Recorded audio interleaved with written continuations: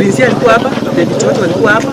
Kurumirira watho ucio arutwo marokire kurekererio kuma mathukuru matiganite guku angi magikinya thukuru-ini ciao kuoya mabuku no indi magirio niguo watho wa mutongoria wa bururi ndugakirukwo. Si kama wanafunzi ugonjwa wa corona imetu affect juu kama saizi shule zimefungwa na ndio ilikuwa tegemeo letu. For one, tutarudi nyuma kimasomo, hatutaweza kuendelea na syllabus juu hatuna walimu wa kutufunza. Secondly, imetu affect tu sisi kama country na hatuna the way forward. Hatujui shule tutakuwa out for how long, but kitu mimi nitasema kwa form 4 wasi lose hope, waendelee kujisomea hapo nyumbani. It can make a big difference na revise. Arutwo maigite watho ucio ni ukuhutia mathomo mao na njira nene ni gukorwo aingi no hindi marakoretwo makihariria gwika igeranio.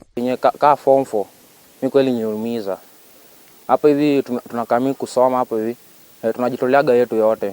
Then soon tunakuja leo tunapata gate imefungwa.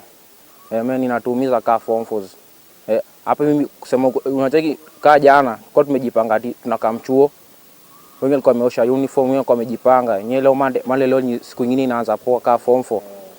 But yenyewe unakuja hapo vile unatokezea hivi chuo unapata kumefungwa. Mimi ninatuumiza. Nakuo igoti-ini ria Nakuru gutire Mihang'o irathi na mbere na aria megwikinyitie makihundurithio na micii. I came today for the court to verify only to be turned away that the court is not working as by the orders of the president. Wakiri maraiga watho ucio ni ukuhutia wira wao na njira nene ona gutwika matire na wiki ni gukorwo no nginyagia megitire. We have no choice but to heed the directives. What we see, it is affecting the economy not only of the lawyers but also the economy of the people who are supposed to be these civil matters. Realize that some matters are just about judgment. So the delay will delay further the determinations of those cases and eventually affect what we will call the economy of the nation, of the county and everywhere else that is involved in this proceeding. Handu-ini ha Kameme TV getwo Waithira wa Kihara.